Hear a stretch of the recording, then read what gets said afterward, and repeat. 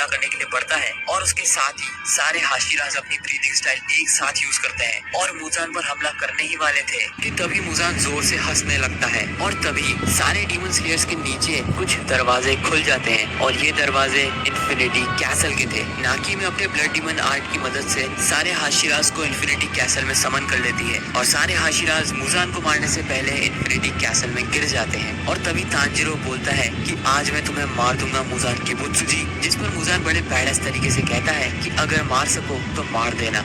इसके बाद तांजीरो नीचे इन्फिनिटी कैसल में गिर जाता है और उसके नीचे पहुंचते ही कई सारे डीमंस उसके ऊपर हमला कर देते हैं, लेकिन तांजीरो अपनी वाटर ब्रीदिंग की मदद से सारे डीमंस को एक ही झटके में खत्म कर देता है और वाटर हाशिरा गियू भी तांजीरो की मदद करता है। दूसरी तरफ हम लोग देखते हैं ओबोनोई अपनी सर्पेंट ब्रीदिंग की मदद से मित्सुरी के सामने आने वाले सारे डीमंस को मार देता है और मित्सुरी से पूछता है कि कहीं उसे कोई चोट तो नहीं लगी, जिस पर मित्सुरी ब्लश करते हुए मना करती है। इसके बाद हम लोग देखते हैं गियोमे और मुइचिरो को, जो कि इन्फिनिटी कैसल में भाग रहे थे। फिर मुइचिरो गियोमे से बोलता है कि यहाँ पर जितने भी डीमंस को हम मार रहे हैं सभी लगभग लोअर मून्स की लेवल पे है, जिस पर गियोमे कहता है मुझे भी ऐसा ही लगता है। जिसके बाद मुइचिरो इमोशनल होके बोलता है कि उसे आज भी याद है जब वो लगभग मर ही गया था, तब और कोई नहीं मेरी मदद के लिए मास्टर कगाया आए थे और मेरे बहुत ही खराब समय में उन्होंने मुझे बहुत ही अच्छी ट्रीटमेंट दी। और ये सब सिर्फ मेरे साथ ही नहीं, मास्टर कगाया सारे डीमन स्लेयर्स को एक जैसा ही मानते थे। और तभी मुइचिरो की आंखों में आंसू और गुस्सा भर जाते हैं, ये कहते हुए कि मुजान किबुत्सुजी ने मेरे मास्टर को नहीं मेरे सेकंड फादर को मारा है और अब फर्क नहीं पड़ता कि मुजान कितना पावरफुल है, मैं उसे नर्क पहुंचा कर ही दम लूंगा। और इस बात पर गुस्से में गियोमे बोलता है मैं भी। जिसके बाद हम लोग देखते हैं सानेमी को, जो कि इन्फिनिटी कैसल में कहीं बैठकर रो रहा था। सानेमी सोचता है कि वो मास्टर कगाया को नहीं बचा पाया और इस चीज से सानेमी बहुत ज्यादा ही गुस्से में था। तभी वहाँ पर कुछ लोअर मून लेवल के डीमंस आ जाते हैं, लेकिन सानेमी एक ही झटके में सभी को खत्म कर देता है। जिसके बाद हम लोग देखते हैं इनोस्के को, जो कि इन्फिनिटी कैसल के अंदर आ चुका है और वो बहुत ही ज्यादा एक्साइटेड है एज एवर, क्योंकि वो अपने नए मूव्स अलग अलग डीमंस पर ट्राई करना चाहता था। जिसके बाद हम लोग देखते हैं जेनित्सु को, जो कि इन्फिनिटी कैसल में दौड़ रहा था और किसी आवाज का पीछा कर रहा था, ये कहते हुए कि ये जो बंदा है इसे माफ नहीं किया जा सकता। इसके बाद हम लोग देखते हैं इंसेक्ट हाशिरा शिनोबू को, जिसे पास ही के रूम में से खून की बदबू आती है। जैसे ही शिनोबू उस गेट को खोलती है वो देखती है कई सारी लड़कियों की लाशें एक ही जगह पर बिछी हुई थी और उन सभी के ऊपर बैठा था एक डीमन, जो कि और कोई नहीं अपर रैंक 2 डोमा था। और तभी शिनोबू को याद आता है कि उसकी बहन ने उसे बताया था कि जिस डीमन ने उसे मारा है वो डीमन अपने सर पर ताज रखता है, लाल कलर के कपड़े पहनता है, उसकी आंखें रेनबो कलर की हैं और उसके हाथ में गोल्डन कलर के फैंस भी हैं, जिससे वो समझ जाती है कि डोमा ने ही उसकी बड़ी बहन को मारा था। और जैसे ही शिनोबू ये समझ जाती है उसका गुस्सा नेक्स्ट लेवल पर पहुंच जाता है। वहीं दूसरी तरफ हम लोग देखते हैं जेनित्सु को, जो कि किसी रूम के अंदर एंटर करता है और बोलता है कि मैं जानता हूँ तुम अंदर हो, अब बिना टाइम वेस्ट किए फटाफट बाहर निकलो। तभी सामने वाले गेट में से एक डीमन बाहर निकलता है, ये कहते हुए कि अपने सीनियर से कोई भला ऐसे बातें करता है, तुम अभी भी पहले की तरह ही हो डरपोक जेनित्सु। इस बात पर जेनित्सु गुस्से में बोलता है कि अब कायगा को उसका सीनियर नहीं है, अब वो एक डीमन है, यानी कि उसका दुश्मन। दूसरी तरफ हम लोग देखते हैं कि तांजीरो और गियू इन्फिनिटी कैसल में भाग रहे थे और इन्फिनिटी कैसल बार बार दोनों डीमन स्लेयर्स को अलग करने की कोशिश कर रहा था। तभी वहाँ पर डीमन स्लेयर्स का एक कौवा आ जाता है और सारे डीमन स्लेयर्स को ये बताता है कि गोचो शिनोबू अपर रैंक 2 डोमा से लड़ती हुई मारी गई है। शिनोबू की मौत की खबर जैसे ही डीमन स्लेयर्स को मिलती है वो सभी शॉक रह जाते हैं। तांजीरो खुद को रोने से रोकता है और बहुत ही ज्यादा गुस्से में आ जाता है, लेकिन साथ ही में वो नोटिस करता है कि इन कौवों के ऊपर कुछ पेपर टेलिस्मेंट्स लगे हुए हैं और ये एक ब्लड डीमन आर्ट है, जिसकी वजह से ये कौवे डीमंस को दिखाई नहीं देते। फिर हम लोग देखते हैं डीमन स्लेयर हेडक्वार्टर्स में किरिया ओबियाशिकी को, जो कि कगाया ओबियाशिकी का बेटा है और उसकी उम्र सिर्फ 8 साल है। और कगाया ओबियाशिकी की मौत के बाद किरिया बन चुका है डीमन स्लेयर कॉर्प्स का लीडर और उसके साथ उसकी 2 बड़ी बहनें भी उसकी मदद कर रही है। और भले ही किरिया की फैमिली कुछ देर पहले ही खत्म हो गई है, लेकिन फिर भी वो बिना इमोशनल हुए उसके काम पर फोकस कर रहा है। तो बेसिकली ये लोग कौवों की और डीमन आर्ट की मदद से पूरे इन्फिनिटी कैसल का एक रफ स्केच बना रहे हैं, जिससे ये पता चल जाएगा कि किस डायरेक्शन में या किस जगह पर हाशिराज और डीमंस हैं। और उन कौवों की मदद से वो लगातार हाशिराज के कांटेक्ट में भी हैं और जैसे ही कोई भी नोटिफिकेशन देनी होती है ये लोग कौवों के द्वारा दे देते हैं, जैसे कि अभी अभी शिनोबू की मौत।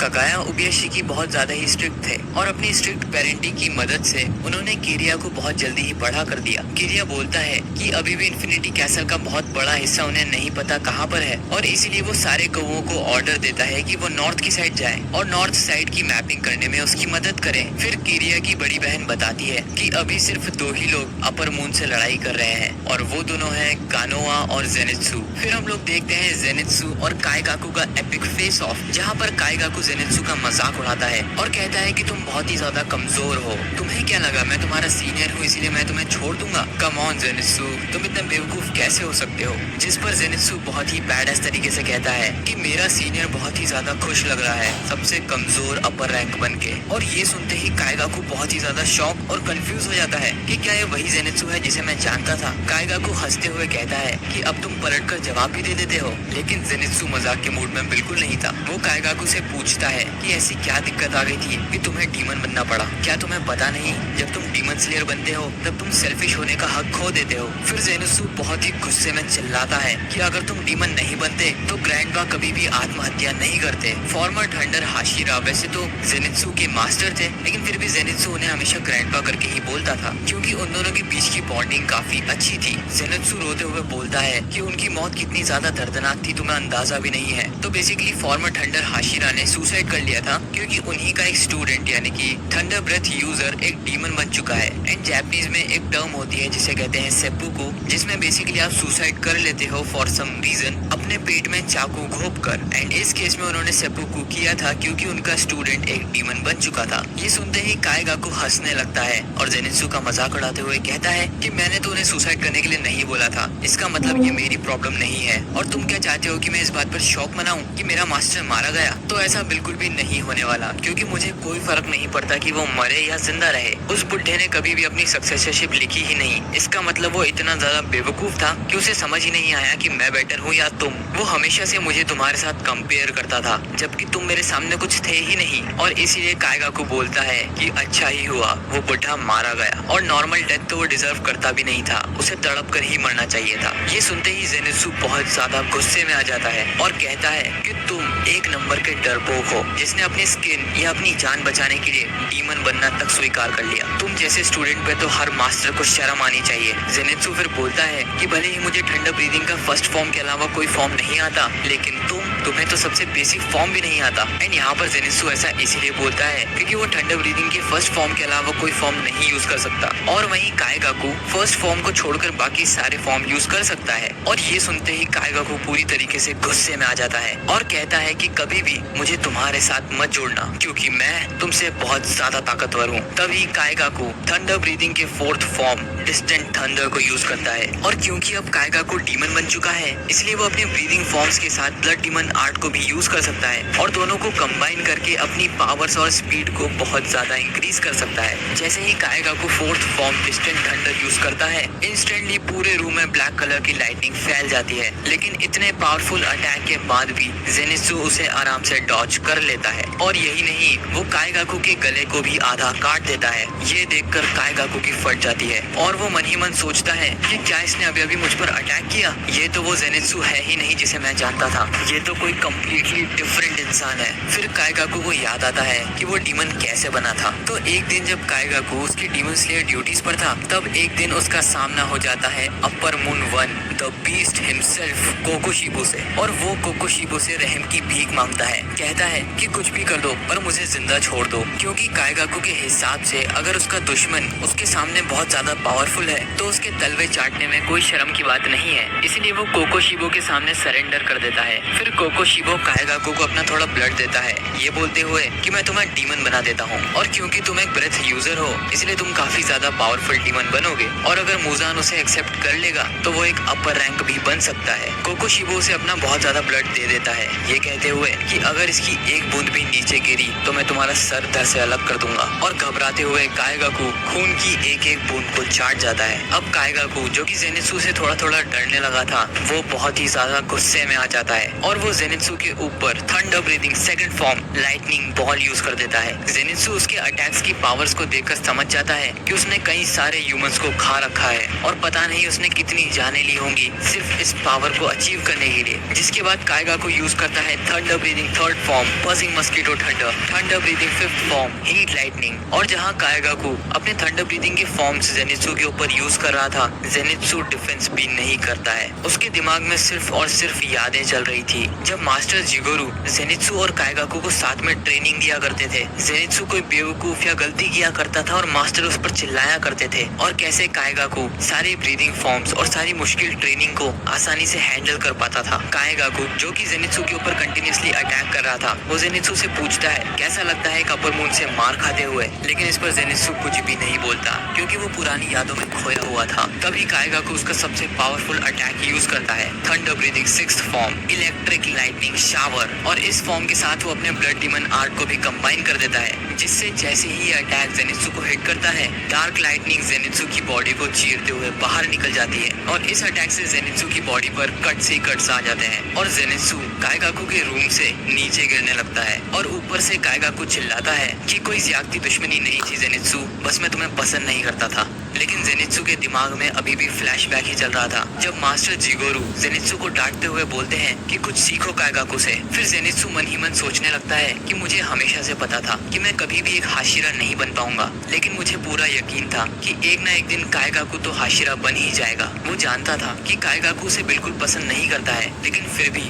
अंदर ही अंदर जेनित्सु हमेशा उसकी रिस्पेक्ट करता था और काइगाकू की विल पावर से इम्प्रेस होकर हमेशा काइगाकू जैसा बनना चाहता था। फिर जेनित्सु उसकी मास्टर जिगोरू से माफी मांगता है और कहता है आई एम सॉरी, यहाँ से काइगाकू और मेरे रास्ते अलग हो चुके हैं। और तभी जेनित्सु जो कि नीचे गिर रहा था, वो खुद को संभाल लेता है और एक दीवार पर पैर रखकर ऊपर की तरफ जंप मार देता है। काइगाकू ये देखकर पूरी तरीके से कंफ्यूज हो जाता है, लेकिन इससे पहले वो कुछ सोच पाता, जेनित्सु अपना thunder breathing seventh form flaming thunder god use कर देता है और पलक झपकते ही वो काइगाकू की गर्दन उसके शरीर से अलग कर देता है। ये देखकर काइगाकू पूरी तरीके से शॉक हो जाता है और सोचने लगता है कि उसके मास्टर उसके टैलेंट से हमेशा जलते थे, इसलिए उन्होंने जेनित्सु को ये वाला मूव सिखाया और मुझे कभी नहीं सिखाया। जिस पर जेनित्सु कहता है कि थंडर ब्रीदिंग का सेवंथ फॉर्म उसने खुद इन्वेंट किया है, लेकिन जेनित्सु हमेशा चाहता था कि वो इस फॉर्म को काइगाकू के साथ यूज करे, उसके खिलाफ नहीं। जब जेनित्सु काइगाकू को मार देता है तो वो दोनों ही इन्फिनिटी कैसल में नीचे गिरने लगते हैं, जहाँ एक तरफ जेनित्सु बेहोश हो रहा था, वहीं दूसरी तरफ काइगाकू को यकीन ही नहीं था कि जेनित्सु जैसा कमजोर भी उसे मार सकता है, एक अपर मून को मार सकता है। लेकिन तभी वो खुश हो जाता है क्योंकि जेनित्सु भी उसके साथ नीचे ही गिर रहा था, इसका मतलब वो दोनों साथ में मरेंगे। लेकिन तभी वहाँ पर यूशिरो आ जाता है और काइगाकू से बोलता है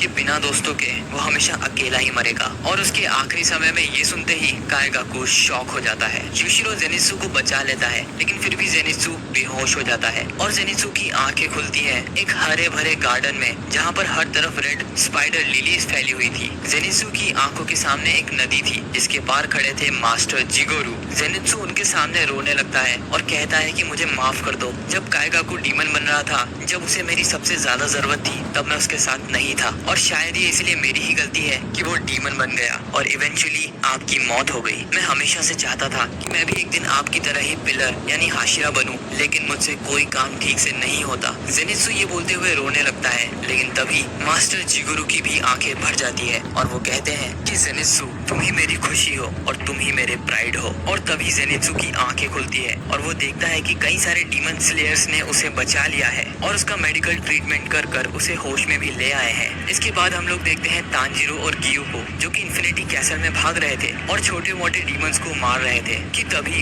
इन्फिनिटी कैसल हिलने लगता है और इतने पावरफुल कंपन को सुनते ही गियू तांजीरो से सतर्क रहने के लिए बोलता है क्योंकि कुछ बहुत ही ताकतवर उनकी तरफ बढ़ रहा है। और तभी सीलिंग को तोड़ते हुए अपर रैंक 3 आकाजा हिमसेल्फ तांजीरो और गियू के सामने आ जाता है। आकाजा तांजीरो को देखते हुए कहता है लॉन्ग टाइम नो सी वीकलिंग, मुझे तो कभी लगा भी नहीं था कि तुम जैसा कमजोर इंसान इतनी देर तक जिंदा रह सकता है। और तांजीरो भी आकाजा को देखकर गुस्से में था, जिसके बाद पूरे इन्फिनिटी कैसल आर्क की one of the best fight शुरू हो जाती है एंड इसी पैनल के साथ ये वीडियो भी खत्म हो जाती है। आई नो कि तुम लोग सोच रहे थे मैं पूरे